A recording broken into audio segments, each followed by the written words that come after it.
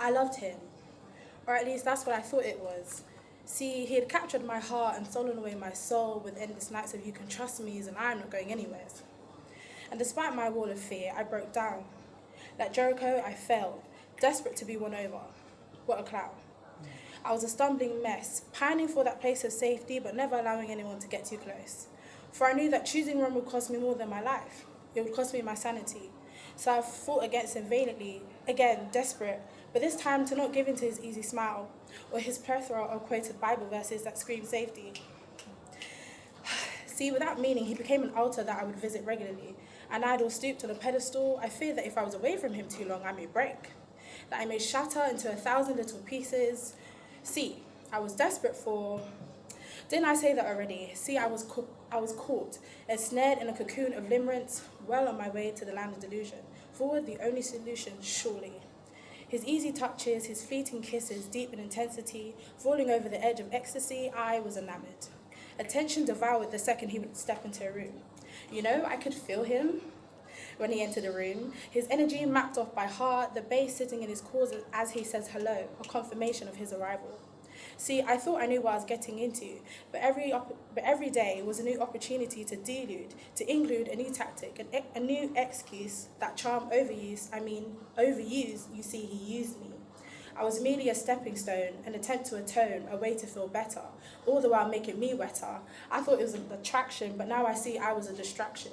Our relationship a delusion, an image of hope used to climb the ladder of lies and excuses. For I was the epitome of naivety. When it came to love, I was a novice and it cost me. For now I sit in my room, alone, lonely, bitter, wondering what life would have been if I ignored that invitation to a new safe space.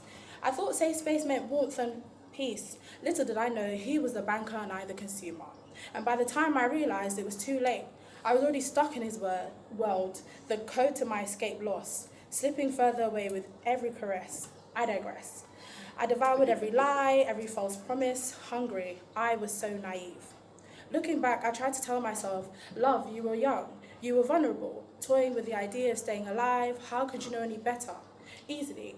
Or rather, I wish I could have. He was the definition of wolf in sheep's clothing, acting as though part of the 99 trying to reach out to me, the one he was fading away. And the worst part isn't that I believed him, for I've done that before. No, this time I took it a step further. I fell deep into the realm of trust and vulnerability, falling with the inability to slow down, crashing against the lies as I hurtled straight to the ground. See, he never intended to catch me. I was a pawn, a beast, stuck in a honey trap of lies, slathered by scripture. I thought he was helping me to grow, but no, I was just the latest toy. Strings of narcissism woven into every interaction. See, even in my attempt to share the truth, he is there, is staring me in his honey trap of lies and never happening future plans. One day, I thought I had decided enough. My cinematic mind creating the perfect escape plan, ghosting.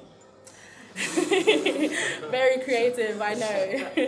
And yet, into our space apart, I was the one beside myself in agony. See, I had sold myself a fantasy that I could separate happily, when in actuality, I was still stuck. My mentality still intertwined with his lies and half-truths. So now, I sit in my room, my heart drowning in the pain of 1,000 yesterdays.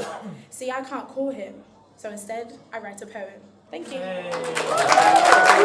Hey.